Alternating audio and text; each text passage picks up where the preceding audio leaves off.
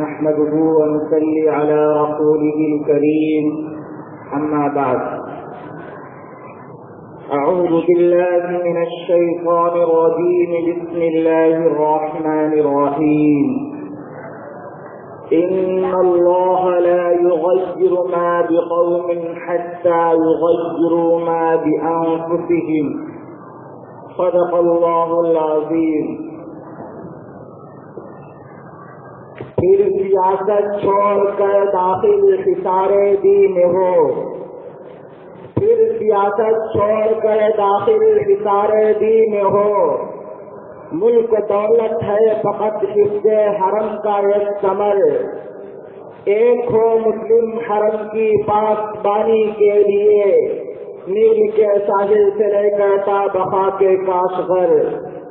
صدر محترم اور حاضرین مجلس، آج میری تقریر کا موضوع ہندوستانی مسلمانوں کے زوال کے اسباب، ایک ایسا دل خراش موضوع ہے جس پر ہم جیسے کا کلام کرنا سورج کو چراغ دکھانے کے مانند ہوگا، لیکن جب ہم صدر صاحب کے حکم سے کھڑے ہو گئے ہیں تو میں مناسب سمجھتا ہوں کہ کچھ بیان کر دوں۔ دعا کریں اللہ تبارک و تعالی ہم سب کو کہنے سننے سے زیادہ عمل کرنے کی توفیق عطا فرمائے۔ ہمارا وطن ہندوستان جو ساری دنیا میں مشہور ہے، آج طرح طرح کے مسائل میں دو چار ہے، مختلف تہذیبوں کا تہوارہ، قوموں کا مسکن، مختلف زبانیں بولنے والے، قسم کا طرز زندگی اپنانے والوں کا یہ وطن، سرسبز شاداب باغوں کا دیش آج ایسے مسائل میں گرفتار ہے کہ قائدین کی قیادت، رہنماؤں کی رہنمائی اور عقل مندوں کی عقلیں حیران و پریشان ہیں اور حل تلاش کرنے میں ناکام ہیں۔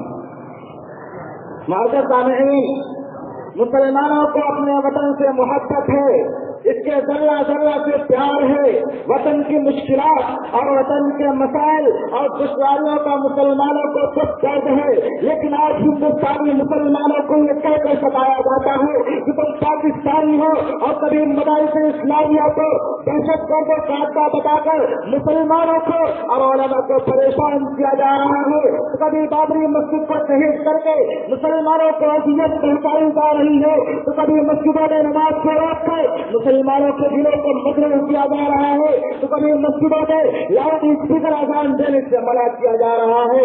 دوستوں، ہندوستان میں مسلمانوں کی سب سے بڑی اقلیت ہے، لیکن اس کے باوجود آج ان کی حالت یہ ہے کہ ان کے چہروں پر چھائی مایوسی دیکھی نہیں جاتی، بچے مسکراہٹوں سے محروم ہیں، نوجوان بے روزگار ہیں، پورے سے سہارا ہے، عورتیں بے بسی اور بے کسی کی زندگی گزار رہی ہیں۔ ان مسلمانوں کی کوئی سیاسی اور معاشی تنظیم نہیں، ان کے تعلیمی ادارے بہت چیز کی کشمکش میں مبتلا ہیں، ان کے مابد گاہیں خاموش ہیں، ان کی آبادیوں پر ویرانی چھائی رہتی ہے اور ان کی قوت ارادی مزمحل ہو چکی ہے۔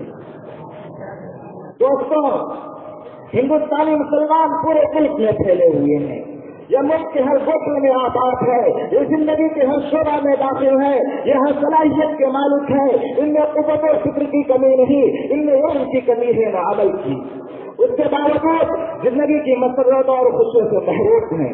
یہ چھوٹی ہنسی ہنستے ہیں، ان کی مسکراہٹ پھیکی پھیکی ہوتی ہے، ان کے نوجوانوں میں جوانی نظر نہیں آتی۔ آخر ایسا کیوں ہوا؟ یہی مسلمان جو کل تک یہ عظیم قوت کے مالک تھے، ان میں بے مثال لیڈر تھے، ان میں بہترین ڈاکٹر تھے، بہترین دانشور تھے، بہترین ماہرین تعلیم تھے، سیاستداں تھے، حکمراں تھے، تاجر تھے، صنعتکار تھے، شاعر و ادیب تھے، حکومت کے مشہور صلاحکار تھے، افسر اور بابو تھے، ان کی آنکھوں میں خواب جھانکتے تھے، ان کے چہروں پر سورج چمکتا تھا، یہ چہروں کے پنجے مروڑ دیتے تھے، یہ آسمان کی طرف دیکھتے تو ستارے خوف زدہ ہو کر اپنی آنکھیں بند کر لیتے۔ عزیزان گرامی، لیکن اب یہ سوال ہے کہ ہندوستانی مسلمانوں کو کیا ہوا؟ احساس برتری میں سرکار، احساس کمتری کے دلدل میں کیوں پھنس گئے؟ یہی مسلمان جو کل طوفان سے ہنستے کھیلتے ٹکرا جاتے تھے، آج ہوا کے معمولی چھوٹے سے کیوں گھبرا جاتے ہیں؟ یہ مسلمان جو موت کی آنکھوں میں آ کے ٹال رہی زندگی سمجھتے تھے، آج موت کے تصور سے کیوں پریشان ہو جاتے ہیں؟ یہ مسلمان جو ہر مصیبت کو مسکرا کر برداشت کر لیتے تھے، آج بارش کے ایک ہی جھونکے پر ٹھنڈی سانس کیوں بھرنے لگتے ہیں؟ آخر ایسا کیوں ہوا؟ قرآن شاہد ہے کہ روز اول سے خدا نے مسلمانوں کو امامت کا مذہب سونپا. اس کے لیے خدا نے مسلمانوں کو قرآن کریم عطا کیا. اس کی روشنی میں ہم یہ کہہ سکتے ہیں مسلمانوں کے پاس جو کل تھا وہ آج بھی ہے. ان کے پاس قرآن کب بھی تھا اور آج بھی ہے. اس دولت میں کوئی کمی نہیں آئی. ان کے رگوں میں دوڑنے والی خون کی رنگت میں کوئی تبدیلی نہیں ہوئی. لیکن افسوس ہوتا ہے اس کے باوجود یہ منتشر کیوں ہو گئے؟ ان کو احساس کیوں ہو گیا کہ وہ کمزور ہیں؟ ان کے جلال جمال میں کمی کیوں آ گئی؟ ان کی آنکھوں کی چمک مام کیوں پڑ گئی؟ ان کے اخباروں کی پابندگی مایوسی کی شاہی میں کیوں تبدیل ہو گئی؟ ان کا ماضی کیسا تھا اور حال کیسا ہو گیا؟ آخر یہ مسلمان جس سربراہی کے لیے پیدا ہوئے تھے اپنا سربراہ کیوں تلاش کرنے لگے ہیں؟ یہی مسلمان جس نے کبھی دریاؤں اور سمندروں پر حکومت کی تھی. یہی مسلمان جس نے کبھی صحرا اور بیاباں اپنے زیر نگی کیے تھے. یہی مسلمان جس کے حکم کے تابع داری جنگل کے بے زبان جانوروں نے کی تھی اور مسجد سے مغرب اور جنوب سے شمال تک اڑتی ہواؤں نے کی تھی. ہاں وہی مسلمان آج حیران و پریشان افسردہ غمناک زندگی کے مقابلے میں بے بس بے کس اور لاچار مجبور نظر آ رہا ہے. آخر مسلمانوں کو ایسا دن کیوں دیکھنا پڑا؟ کیا اسباب و عوامل ہیں جنہوں نے مسلمانوں کے عروج کو زوال سے، اقتدار کو محکومی سے، عزت و ناموری کو ذلت و خواری سے بدل دیا؟ متحد ہو تو بدل ڈالو دنیا کا نظام، متحد ہو تو بدل ڈالو دنیا کا نظام، منتشر ہو تو کرو شور مچاتے کیوں کو؟